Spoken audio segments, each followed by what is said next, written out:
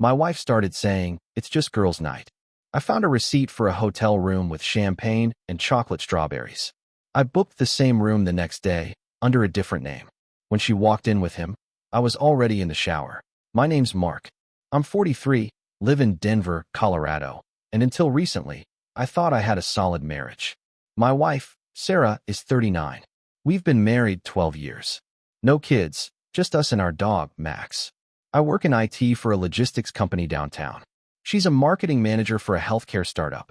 About 6 months ago, Sarah started having more girls' nights. At first, I didn't think much of it. She's always had a close group of friends. But then it became a weekly thing. Then twice a week.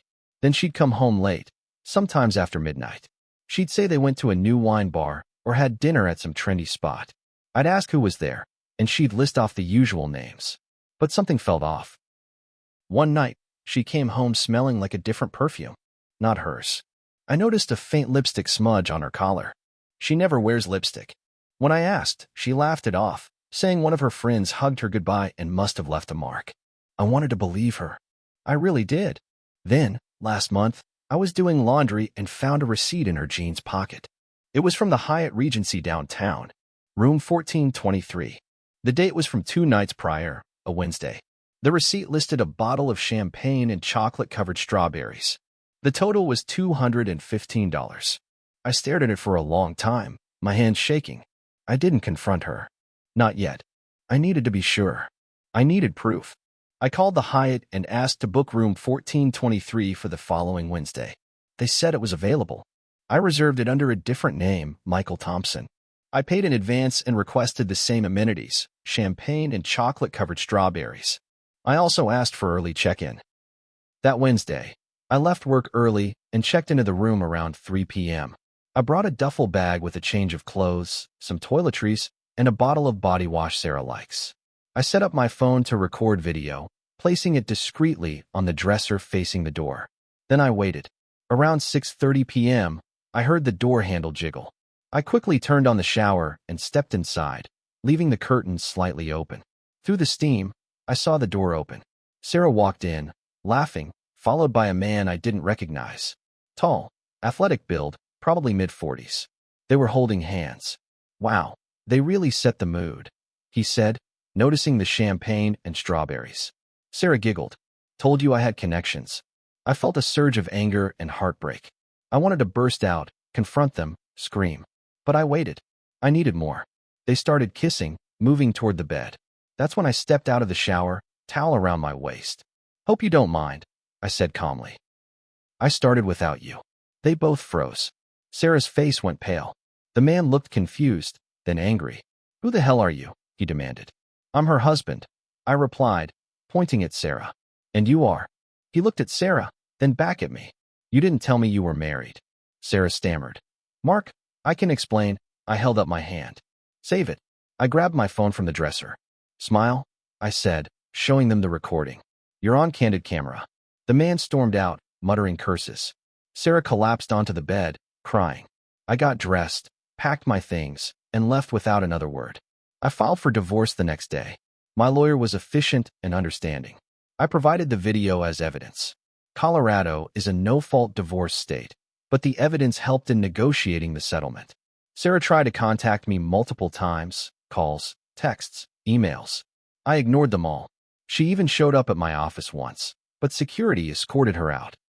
I moved into a new apartment across town. Max came with me. He's been a great comfort. I started therapy, joined a local gym, and reconnected with old friends.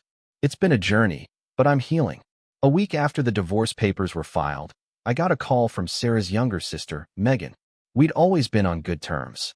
She sounded nervous. "Mark, I know this is probably the last thing you want to hear, but can we talk?"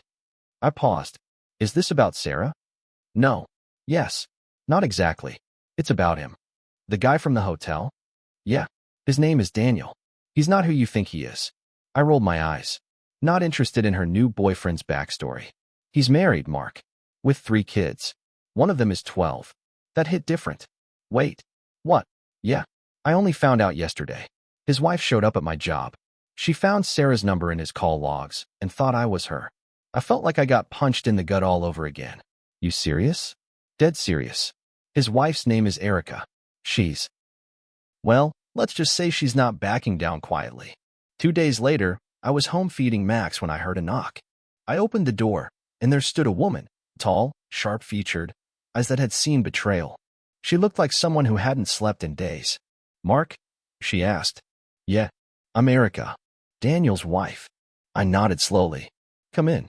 She stepped in, looked around. "Nice place. Looks peaceful." It was. "Sit." She nodded and sat on the edge of my couch like it might burn her. Then she dropped a manila envelope on the coffee table. "Proof. Pictures. Hotel receipts. He's been cheating for over a year. But your wife, Sarah, was the most recent, and dumb enough to leave a trail." I flipped through the photos. Daniel and Sarah weren't the only ones. There were 2 other women. One of them had a baby in the background of one of the pictures. "Jesus. I want a divorce," she said. "But I also want to ruin him. And I think we can help each other." I leaned back. "Go on."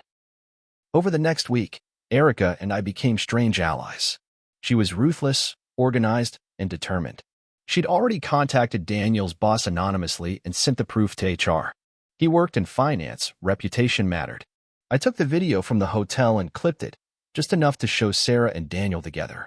We didn't need sound. The images said enough. Then, Erica got clever.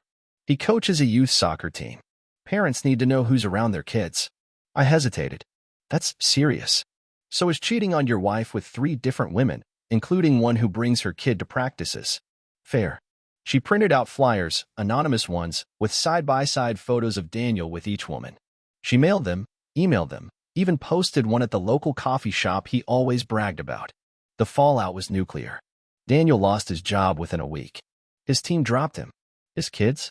Erica had already filed for sole custody. She got it. I thought I'd be done with Sarah after the confrontation at the hotel. But she didn't take the silence well. It started small. Notes left on my car. A voicemail at 3 a.m. where she just sobbed for 2 minutes. Then she started showing up at the dog park, the grocery store, even at the bar I sometimes went to with coworkers. The final straw was when she showed up at my apartment building and sat outside in her car all night. I walked out the next morning to take Max for a walk, and there she was, hair messy, mascara down her cheeks, gripping a coffee like it was the only thing keeping her alive. "I miss you," she whispered. "You miss who I was," I said. "Not who you betrayed." "I made a mistake." "No," I said coldly. "You made a choice." 1 week later, I got a letter from Sarah's lawyer. It was a request to halt the divorce proceedings and attempt mediation. She claimed emotional distress, coercion, and even accused me of recording her without consent. I handed the letter to my lawyer. He laughed. "You were in the room, you booked it, and Colorado's a one-party consent state for recordings." She's grasping. Still, I knew I couldn't let this turn into a legal circus. I asked him to hit back hard.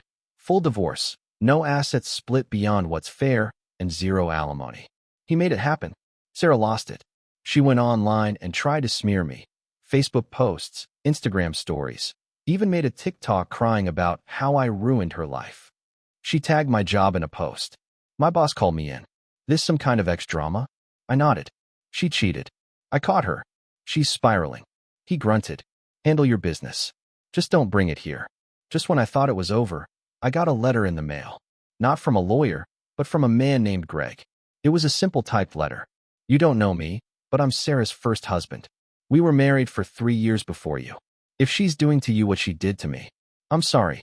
Call me if you want the whole story." My hands trembled. Sarah had never told me she was married before. Ever. I called the number. Greg answered. "Thought you might call," he said. "What do you mean? What she did to you?" He took a deep breath. "She has a pattern, Mark. You're not the first. And if you're not careful, you won't be the last casualty." Greg and I met for coffee in Boulder, halfway between where he lived and Denver. He looked tired, like someone who had carried a weight for years.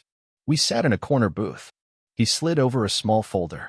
Inside were photos, court documents, and something that hit me hard, a restraining order. "She cheated on me with my best friend," Greg began. "But it wasn't just that. She drained our joint account, cleared $17,000 in less than a week. Said it was for therapy and self-care. Turns out, she took her new guy on a 2-week trip to Cancun." I stared at the photos. There was Sarah, blonde, tanned, smiling, holding a fruity drink beside some guy who looked barely 25. She's a manipulator, he continued. She doesn't just cheat. She breaks you financially, emotionally. She's calculated. And she's done it more than once. He pulled out a USB stick. Here's the kicker. After our divorce, she dated a guy in Dallas. Same thing. Different name. She changed her last name. I only tracked her down again because I saw your hotel video circulating on a private Facebook group. Wait, circulating? He nodded. Someone leaked it. Probably Erica. I rushed home and checked Reddit. There it was. In a private sub called r/cheater justice. The post title, Wife Busted Mid-Affair Walk-In, Husband in the Shower. There were over 10,000 upvotes. Comments in the thousands. People speculating. People dissecting. People taking sides. The video wasn't graphic, just shocking. The door opening. Sarah's voice. My calm walk from the bathroom. The stunned silence. It was all there. Some had blurred the faces. Some didn't. My phone buzzed nonstop for 2 days. Friends. Coworkers. Even strangers. Then I got a message that stopped me cold. Hey Mark. I recognize the guy in the video with your wife. He used to date my sister. Small world. He's dangerous. You should watch your back. It was anonymous. No name. No follow-up. A week after that message, I noticed a black car following me. Same car, different streets. One night, I parked at the gym, and when I came out, my tires were slashed. I knew who it was. I filed a police report. They were polite, but dismissive. Could be anyone, they said. Unless you've got video or witness. So I installed dash cams and cameras around my apartment. Max started barking at the door every night around 2 a.m. Then someone threw a rock through my window. It had a note taped to it. Stay out of things that aren't yours. I didn't tell Erica. I didn't even tell Greg. I went quiet. I waited. One night, I came home late from a tech networking event. I unlocked the door and Max didn't greet me. Weird. I walked into the living room and found him pacing, ears back, growling low. Then I saw the shadow move in the hallway. Someone was in my apartment. Max lunged before I could even react. There was yelling, a crash, and I ran in just in time to see the guy, a man in a hoodie, slam into the window frame and fall backward. Max had torn a chunk out of his arm. He ran. I called the cops. They caught him 2 blocks away. Guess who? Daniel. Sarah's guy. He had a knife in his jacket. Claimed he just wanted to talk. The police didn't buy it. He was charged with attempted burglary and possession of a weapon. That's when Erica and I filed for a restraining order together. That same day, Daniel's wife pressed additional charges for threats and child endangerment. The news of Daniel's arrest spread fast. So did the restraining orders. That week, Sarah lost her job. Turns out her employer saw the Reddit post, then found the arrest reports. She showed up at my door again. This time shaking, crying, holding a suitcase. I have nowhere to go, she whispered. I didn't say a word. I closed the door. The next morning, I got an email from a burner account. Attached was a video. It showed me meeting Greg in the coffee shop. It looked like we were plotting something. The angle was tight. The captions were edited. Ex-husband conspires to ruin woman's life. I wonder what Reddit would say if I posted this. The email read. Sarah was trying to turn the tables. I forwarded it to my lawyer, and then to the police. The burner email was traced to a Starbucks Wi-Fi account. On the same day, Sarah had a transaction there. The cops didn't charge her, but my lawyer hit her with a civil harassment suit. Erica called me one morning. I've got news, she said. Yeah, I've been talking to Greg. We're starting a blog. I almost laughed. A blog. A site, really. With documentation. Screenshots. Evidence. All anonymized. We're calling it Chronicles of the Serial Homewrecker. And guess who's going to be our first case study? Sarah? Bingo. I shook my head. You sure you want to do this? Erica's voice didn't waver. She weaponized silence, secrecy, charm. She's ruined lives. Maybe it's time people like her stopped hiding behind sob stories and mascara. And with that, she launched the site. Within a week, it had 50,000 views. The blog went viral. People submitted similar stories. Names were changed, but details lined up. Same patterns. Same tactics. Sarah became a symbol, a name whispered in warning across Reddit, Facebook, even in private Discord groups. But then something unexpected happened.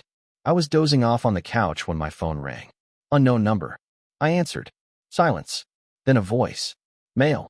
Shaky. You think you're clean in all this? Who is this? You don't remember Vegas, huh? My heart stopped. Vegas. 2017. A bachelor party with coworkers. There had been drinking. A lot of it. I barely remembered the weekend. One wild night, fuzzy memories of a bar, and a woman I couldn't name. You cheated on her first, the voice whispered. Before she ever touched Daniel. The call ended. I couldn't sleep that night. I pulled out an old hard drive and went through the photos. Sure enough, there it was, a picture of me at a bar in Vegas, arm around a woman who wasn't Sarah. I looked wasted. She looked amused. It all came back like a car crash. I had convinced myself nothing happened, that I blacked out before anything could. But the evidence? It said otherwise. I sat on the floor and stared at the screen for an hour. I was no saint. I was just a guy who'd built a narrative that made me the victim. But maybe Sarah wasn't the villain I thought she was. Maybe we were just two people who broke each other long before the champagne and strawberries. I deleted the photo, but the truth stayed with me. A few weeks later, I got a court summons. Sarah was suing me for defamation, over the blog, the video, the flyers. And she was suing Erica too. In court, she looked thinner, tired, her hair dull. She spoke softly. Her lawyer painted her as a woman driven to a breakdown, manipulated by a cruel ex and his angry allies. And me? I admitted it all. Vegas. The affair. The years of silence in our marriage. The emotional distance. The mutual neglect. I didn't cheat first, I said, looking directly at her. But I wasn't faithful either. And I sure as hell wasn't honest. The courtroom was dead silent. The judge dismissed her lawsuit. Messy marriages, he said, don't always mean malicious intent.